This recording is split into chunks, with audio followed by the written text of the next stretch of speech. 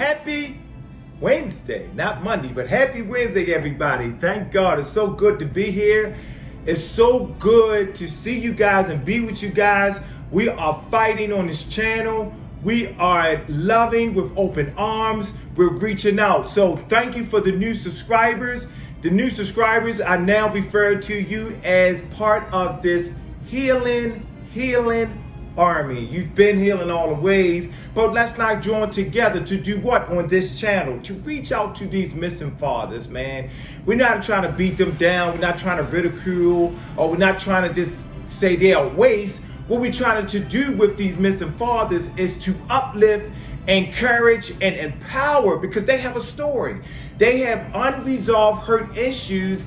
You have to neglect yourself. Your offspring, your seed is yourself. And so when you're not present, we are here as the healing army to try to reach out to you, try to hold your hand and walk beside you to help you, whatever that you are that you're struggling with. So that's why we're here. So thank you for those who's been supporting thus far. Praise God. I'm so glad that you've been with me since day one. So I love you guys. For the new ones, hey, get ready for the journey. We're at the end of this year and we have a lot of big things to come. So today we are going to talk about missing fathers and depression, major depression disorder. I've been following up. I've been doing disorders, so that's what we're going to talk about. But I want to just say, if this information is good for you, please share this information. Share it on your social media sites. TikTok is a big one.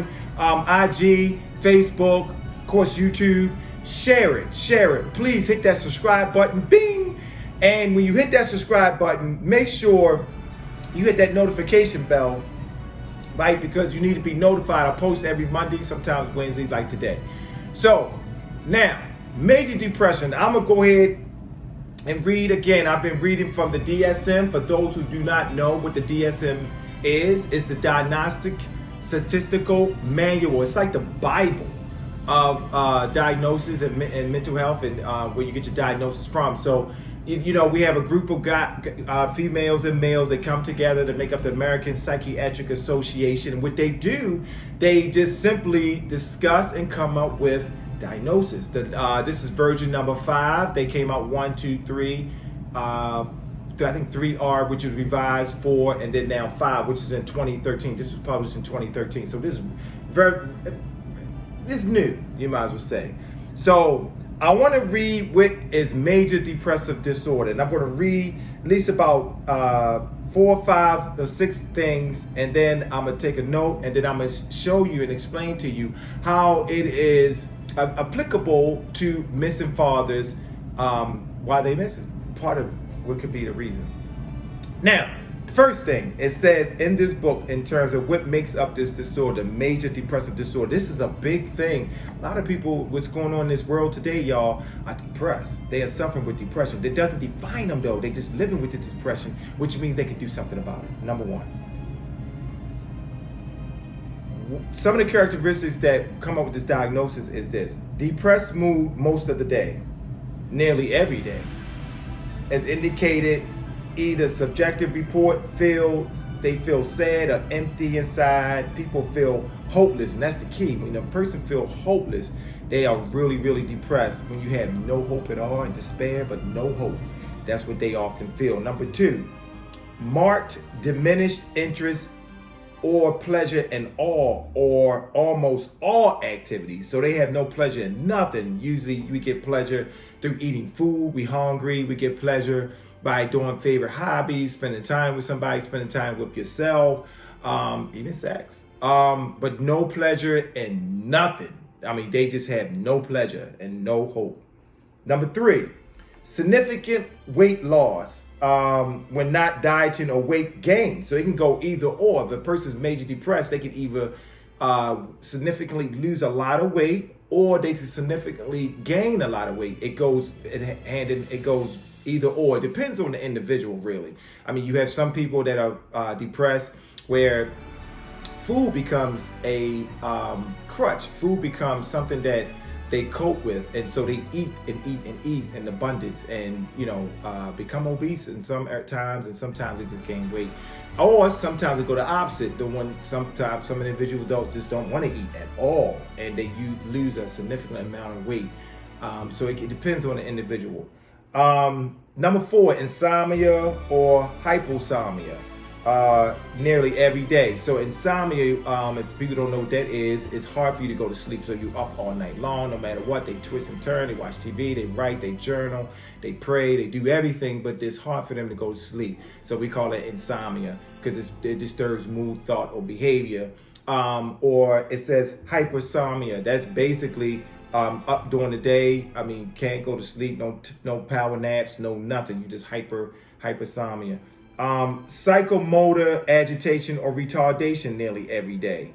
So psychomotor is when we're moving, we in action. When we walk, we run, we jump.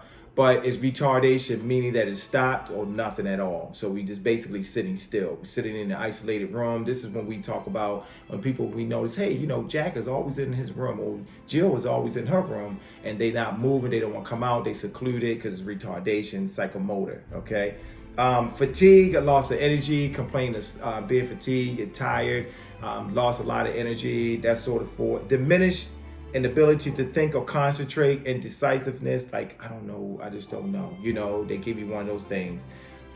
Recent thoughts of death. So sometimes we have suicidal ideation, we have suicidal threats. If they have a plan, please call the 911 to get them admitted. Or call out or reach someone, but that's a very, very, very serious for the mental health practice. The protocol. If somebody wants to commit suicide, you know what to do to reach out. You have to protect your license, protect the person, and that sort of thing. But that's what goes on with that. Now, I want to it's a note in this DSM that says responses to a significant loss, bereavement. Okay, and that's what I want to hone on. I want everybody, you guys, to listen and find this out. Bereavement. Okay, so usually a person that's majorly depressed, it's a loss. Either they have a loss of self, either they have a loss of somebody else. That can be the trigger. But when we talk about loss, that's what we talk about, how missing fathers are to their offspring, to their children. They are lost, they're gone, they're not there physically and emotionally. That can add on a lot of depression. A lot of times the children, they say, act out in school, or act out in the home, or act out in the community when their father's not there. And they often get noted, especially males, and particularly black males. The stereotypical is the angry black man or the angry male. And a lot of times we may often see the anger on the tippy top, but underneath of that is depression. It's disappointment that leads to depression. And sometimes males, if you don't have the counterpart, you have the mother that's taking care of the male, but then when he expresses through anger, he never had the father, the counterpart, to kind of like teach him how to also channel that emotions as well.